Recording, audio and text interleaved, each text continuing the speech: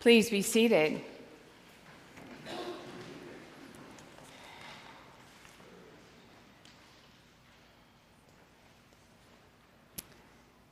We heard Jesus say today, "It is not what goes into the mouth that defiles a person, but it is what comes out of the mouth that defiles."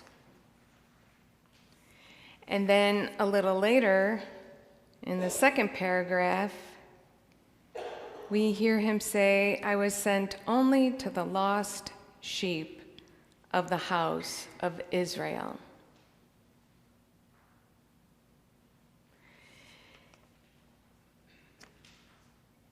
If you have not entered into biblical study sort of enough, and one, when they study, must believe in this idea of allegory. But also we have to remember that Jesus is a master teacher. Think of your favorite teacher. Think of your best teacher, and Jesus is way better than that. And so it behooves us to look at this from a deeper place and to look at the context in which Jesus says this. He doesn't mean it literally. In this Gospel of Matthew particularly, when we look at how Jesus treats Gentiles, and in the Bible, in the New Testament, anyone who isn't Jewish is considered a Gentile. It's a catchphrase. And so in this gospel, we start the beginning of the gospel where non-Jews come. Wise men from the east come to pay homage to Jesus. They come bearing gifts. And so that might be a clue. And then when we look at this, and Jesus is teaching about the Ten Commandments, and when he teaches about the Ten Commandments, he teaches about community. He takes the Ten Commandments and he expands on them in Matthew and says, these are gifts so that you can treat community well. And then after he does that, he talks about enemies, and he says, love your enemies. And then just a little while later, a centurion comes up and asks Jesus to cure his daughter. And the centurion shares with Jesus that I know you have the authority to.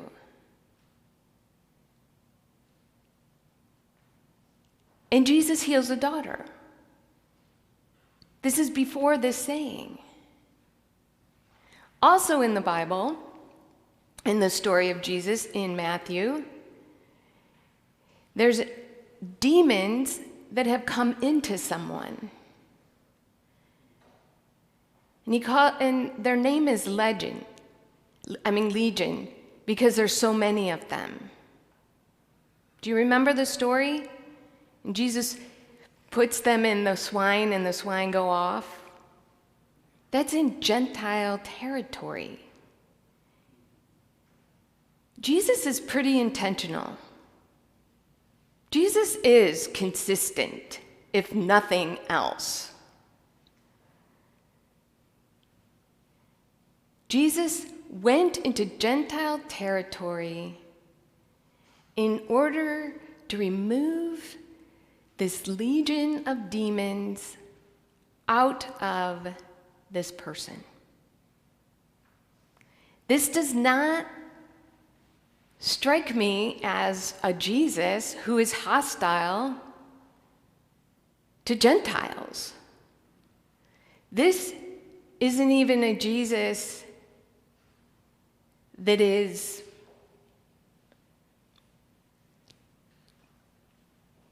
doesn't care about them. This is a Jesus who cares about everybody.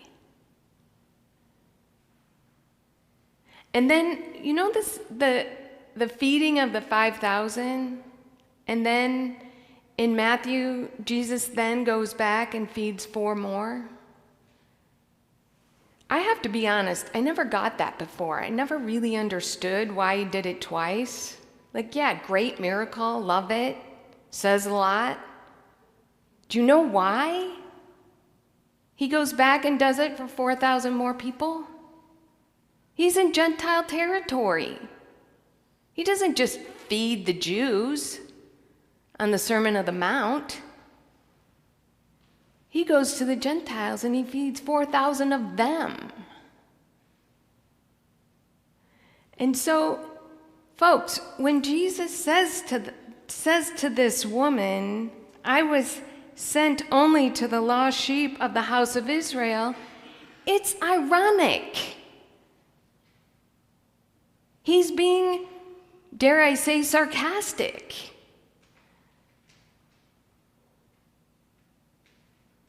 And so why? Why did he say that? Well, let's go to the first story in here. It says, Jesus called the crowd to him and said to them, listen and understand. And so he wants them to know that rituals, although they may be important, aren't the most important thing. The most important thing is how you treat people. What is it in your heart? And from your heart, what do you say? What do you do? Who are you? And in here, in the scriptures, when we say heart isn't just emotion. It's not just the good feelings we have. Heart is about the whole body. It is about who you are. So Jesus says, who you are, your intentions, is way more important than if you remember to wash your hands before you eat. And the Pharisees didn't like that, because the Pharisees are trying to keep a people together who are under Roman occupation and trying to keep them separated to create the bond of who's in and who's out, and quite frankly, for what it feels like the Jewish, their very survival. So let's not be too harsh on them at this point. But in here, Jesus' followers seem pretty self-satisfied. They're with him and they're like, yeah, we get that. But then in the very next thing that comes up in Matthew, you have this paragraph where they are the first ones to want to condemn and get this woman out of there. Be quiet, go away. And so Jesus makes that remark so that the disciples can stop and think, because the disciples were there feeding the 4,000. They probably were the ones distributing it. They were with Jesus when the centurion came to him.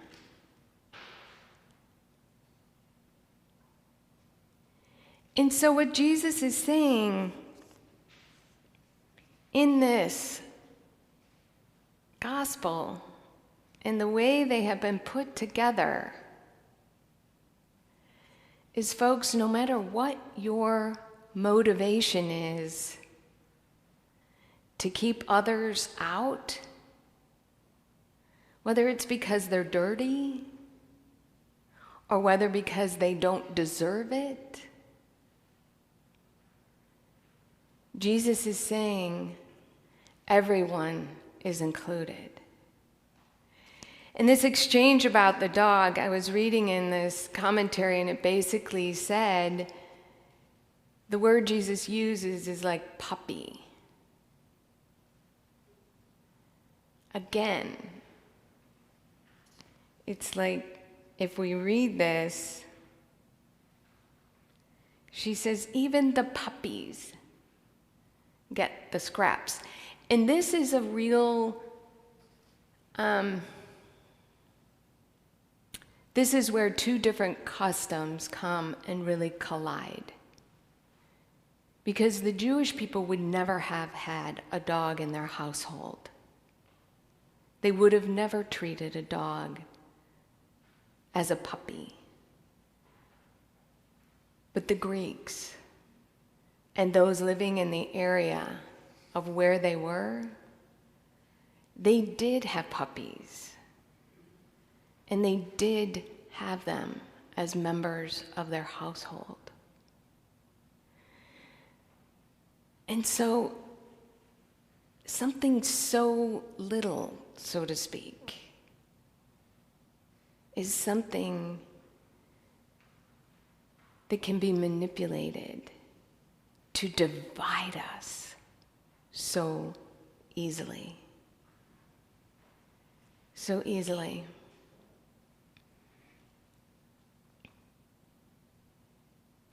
So I grew up in Detroit. And Detroit was pretty racially segregated. And I grew up in a neighborhood in the city that was white. Very white. But we would drive downtown sometimes. And you all know that sort of stereotypical where a black person might have a big Cadillac, but no house? I grew up kind of in that. I saw that. Come from the Motor City. My dad worked for Chrysler. Cars were important. And so those of us with means are so quick to say, well, look, they have that Cadillac. Why do they need our help? Because that Cadillac is everything for them. Where we have house and yard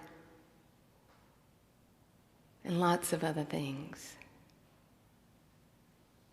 And it is not our job to judge that.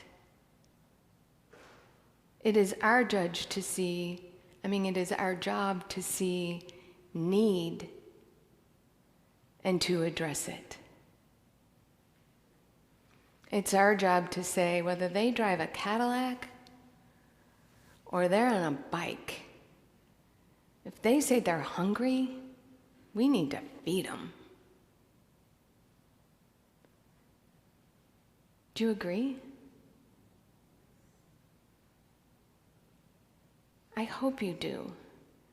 Because we still see it today, 50 years later. Because that's when I was a little girl. We still see it today. We look around and we say, why do they need help? I need help. Why isn't anyone helping me? Well, here's the great irony, right? You are helped when you help someone else. You are helped when you help someone else.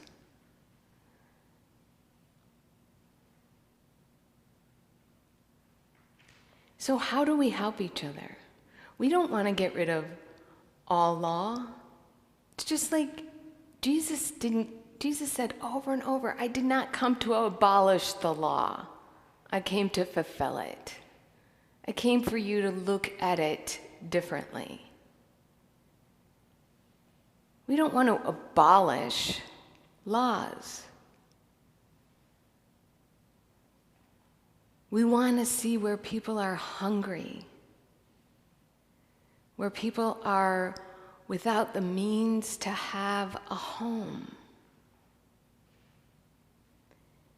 And we want to get people food and shelter. And once people are stable, we can invite them into a place where they can have meaning in life. And maybe there's some of us here today who have food and shelter but have no meaning. The answer is reach out.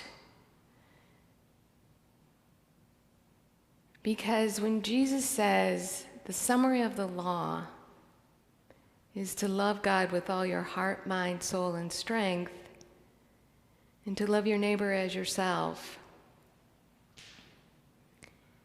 we know that meaning in life is about loving our neighbor, and when we don't know how, we can turn to God to find out how.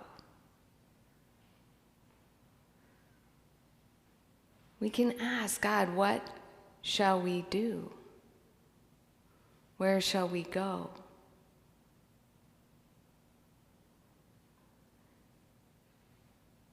We need to be compassionate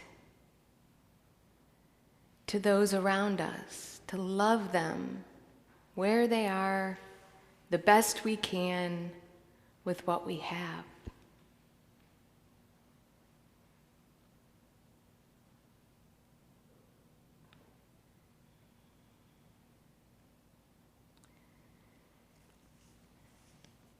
The place I grew up, I had a job when I was 19, 20. I worked in a word processing pool, but I wasn't a word processor. I wasn't that skilled. I ran the mimeograph machine. Seriously, I was really good at it. I had 2 of them, and I would be doing like this, flipping the paper. I loved it, right? It was in my flow because it was that combination of movement. But I worked in a pool where everybody else was black except me and one other person. And I learned so much. It's not true what they say that you learn everything you need to know by the time you're in kindergarten. Almost.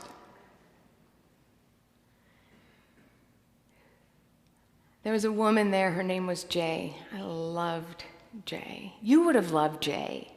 She was wacky. She was loving. She was good to me. There were people in that group who did not like me just because I was white. But Jay ate lunch with me every day. We were friends. And we would go to the pawn shop once a month. And she had the teeny tiniest little diamond. And she would pawn it when she was short on cash. And then about 2 weeks later, we'd go back to the pawn shop and buy it back.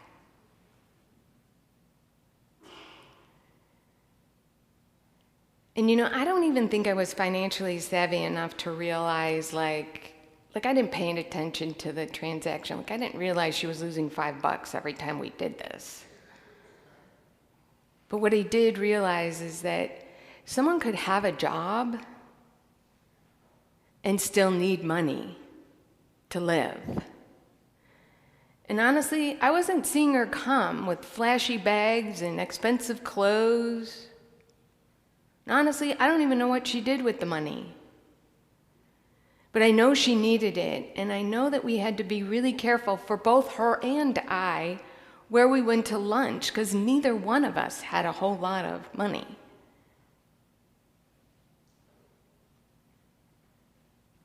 And I learned that you can be hungry,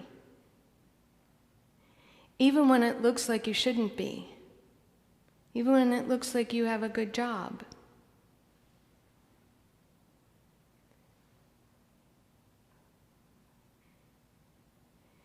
And I don't know all the reasons why. I don't know the circumstances, and quite frankly, I don't even care.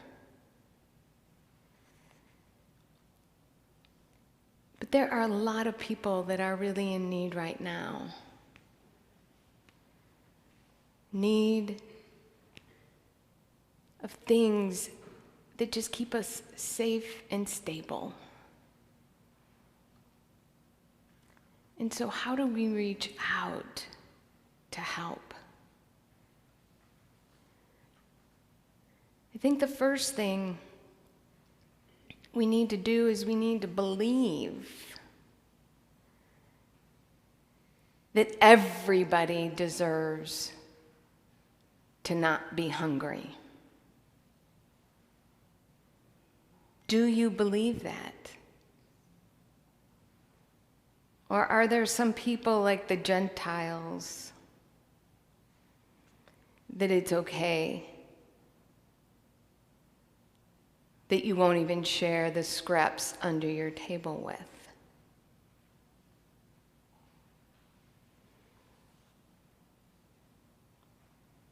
Who deserves to be fed? Who deserves to be cared for? Who deserves a home? Only those who can afford to pay for it? Folks, that doesn't work.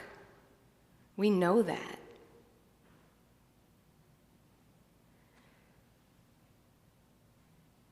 So we have to believe that everybody, no matter who they are, no matter what they look like, no matter what they've done in the past,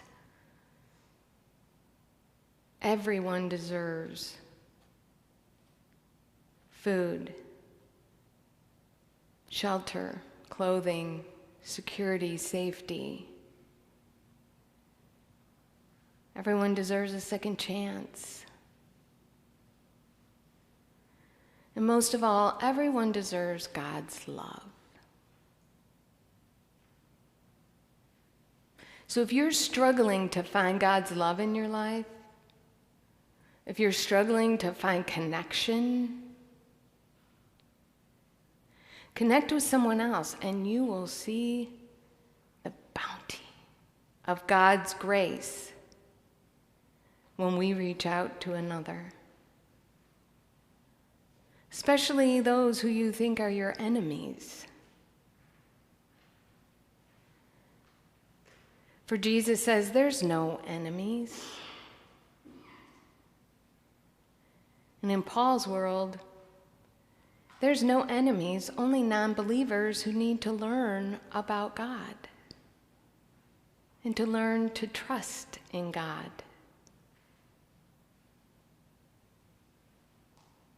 And Jesus and the message of love, forgiveness, grace,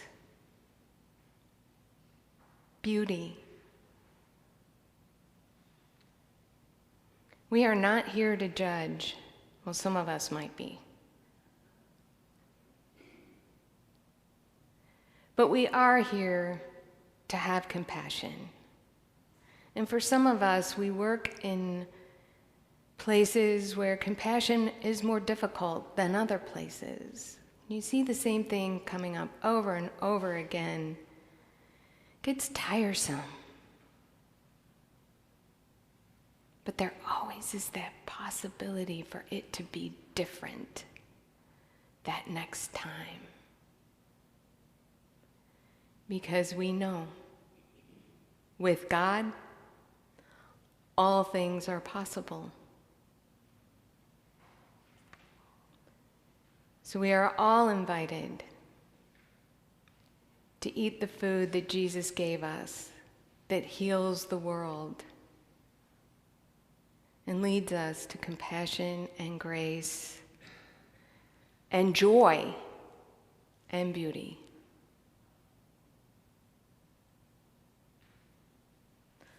all are welcome to the table. Please come.